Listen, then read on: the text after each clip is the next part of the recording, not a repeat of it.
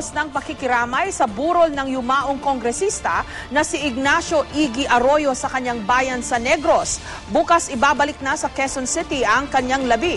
Samantala, hindi pa napagdesisyonan ng Kongreso kung anong gagawin sa nabakanting pwesto ni Arroyo. Live mula sa Hinigaran, Negros Occidental, may report si Cara David. Cara?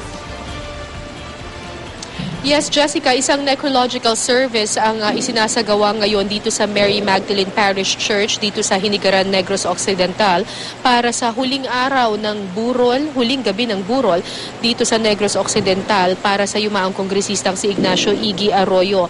Dinaluhan ito ng iba't ibang mga mayor ng mga lungsod at munisipalidad ng 5th District ng Negros Occidental. Nandito rin ang live-in partner nitong si Iggy Arroyo na si Grace Ibuna. Nandito rin ang pamilya Arroyo sa pangunguna naman ni dating First Gentleman Mike Arroyo. Kaninang alas 2 naman ng hapon, Jessica, ay nagkaroon ng isang misa dito. Ito ay dinaluhan naman ng mga anak ng kongresista at ng dalawang babae sa buhay ni Iggy Arroyo, si Aleli Arroyo ang kanyang asawa at ang kanyang live-in partner na si Grace. Tulad kahapon, umupo sa magkabilang bahagi ng simbahan ang asawa ni Arroyo na si Aleli at ang live-in partner nitong si Grace. Pero kung kahapon halatang may tensyon sa pagitan ng dalawang kampo, kanina bahagyang napawi ito at nagpakita ng respeto sa isa't isa ang bawat kampo. Nang matapos kasi ang misa, lumapit ang 14 na taong gulang na si Alelu, anak ni Iggy kay Aleli, sa tabi ng kabaong ng kanyang ama. Tiyempong naroon din ang half-sister niyang si Dina, nakausap naman si Grace. Binati ni Grace ang bata at pagkatapos, niyakap ito. Saglit man ang pagyayakap ng dalawa, ikinatuwa ito ng mga anak ni Iggy. It was a good step forward and they were both very polite. It's just good that I'm proud of them both. I mean, it's nothing to be taken, no meaning to anything of that. It's just the respect that they showed my father.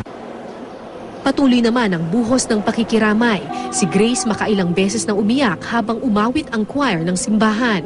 Alas 3 naman ng hapon, isang necrological service ang isinagawa ng local government ng Hinigaran, Negros Occidental para sa yumaong kongresista. It's really wonderful and really beautiful. I'm very happy to see all those people who came to see my father. Isang necrological service din ang inorganisa ng mga mayor ng 5th District of Negros Occidental. Sa ngayon, hindi pa napagdedesisyonan ng Kamara kung ano ang mangyayari sa nabakanting pwesto ni Arroyo. May mungkahing magsagawa ng special elections. Malakas ang bali-balita na may 2 mayor at isang board member na interesadong humalili kay Iggy. May ilan ring nagtutulak sa kapatid na babae ni na Iggy na si Marilu. May ilan namang nagtutulak kay Grace na sumabak din, pero wala pa raw ito sa isip nila. Nangangamba naman ang ilang mayor ng 5th District ng Negros Occidental sa panahon na gugugulin para sa special elections. Mahigit 1 taon na lang kasi at mag-e-eleksyon ng muli sa May 2013.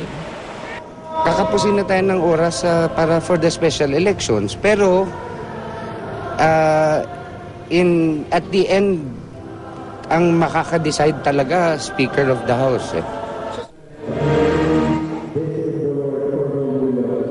Jessica, kani-kanina lamang ay nakausap din namin itong si Marilu Arroyo Lesaca, ang kapatid nitong si Iggy Arroyo at ni Mike Arroyo. At kinumpirma niya sa amin, Jessica, na handa raw siyang humalili sa kanyang kapatid na si Iggy bilang kongresista ng 5th District ng Negros Occidental. Sakali magkaroon daw ng special elections ay sigurado raw na tatakbo siya.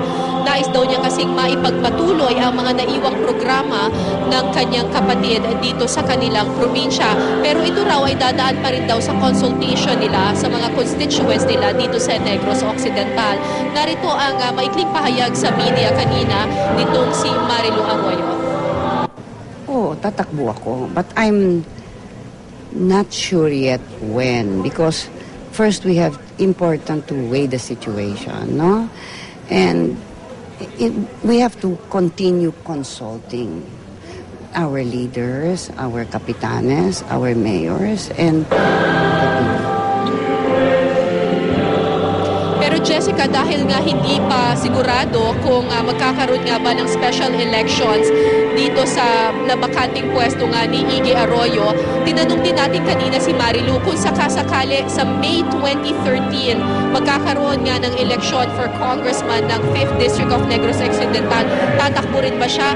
At sabi niya, oo, desididong tatakbo talaga ako pagkakongresista sa May 2013. Samantala, patuloy pa rin ang necrological service dito sa Hinigaran, Negros Occidental hanggang magdamagan na ito hanggang mamayang hating gabi dahil tutulak na mamayang 12 midnight ang mga labi nitong si Congressman Iggy Arroyo papuntang airport sa Silay City.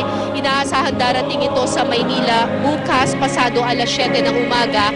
Ililibing ang mga labi ni Congressman Iggy Arroyo sa Manila North Cemetery sa Biyernes. Jessica. Okay, di na kita matatanong, Cara, dahil medyo maingay na dyan sa iyong kinaroroonan. So, maraming salamat mula sa Hinigaran, Negros Occidental, Cara David.